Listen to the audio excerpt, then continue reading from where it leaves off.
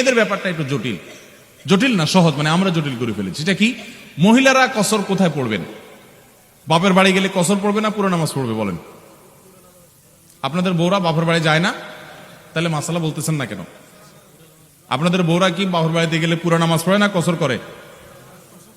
না, শ্বশুর বাড়িতে না যায়? যায় না তো যাইলে কোন নামাজ পড়ে?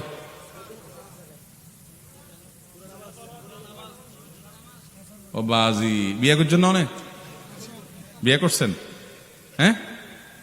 আপনার বউ পুরো নামাজ পড়ে? ভাই, উনি যেটা সত্য সেটা বলছে, ভুল। শ্বশুর বাড়িতে মেয়েরা, সরি বাপের বাড়িতে মেয়েরা পুরো নামাজ পড়বে না, কারণ তারা সেখানে বিয়ের পরে গেস্ট হিসাবে যায়, অতিথি হিসাবে যায়।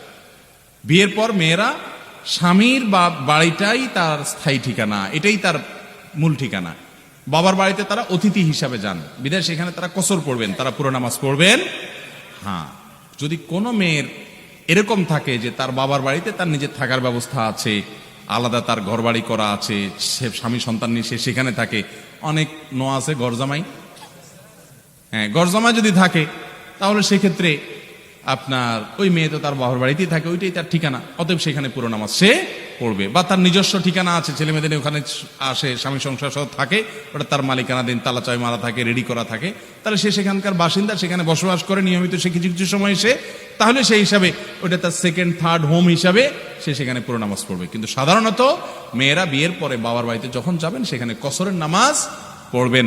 আর জামাইরাও শ্বশুর বাড়িতে যাচ্ছেন সেখানে গেস্ট, অতএব তারা কসর নামাজ। যদি সফরের দূরত্ব হয়, আবার একই গ্রামে বাবার বাড়িতে গেলে যেন আবার কি না হয়, হ্যাঁ ৭৭-৭৮ কিলোমিটার এই দূরত্ব যদি যায়, যেটাকে সফর বলা যায় আর কি, এরকম দূরে গেলে তখন কি হবে, সফর হিসাবে গণ্য হবে। আপনার শ্বশুরবাড়ি কত দূর? ও এতাল্লাই না,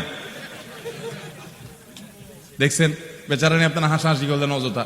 তার শ্বশুরবাড়ি হলো 2 কিলোমিটার দূরে, তো পুরো নামাজ পড়বে না কি নামাজ পড়বে? তো আর এত ন বুঝি, আল্লাহ আর মাফ করুক, অনেক তো ঠিক কইন দে। আচ্ছা, তাহলে ওনার শ্বশুর বাড়ি ওই যে 2 কিলোমিটার দূরে, ঠিক আছে, তো 2, 4, 5, 10 কিলোমিটার মধ্যে থাকলে তো পুরো নামাজ পড়বেই, তো সফরের দূরত্ব তো না।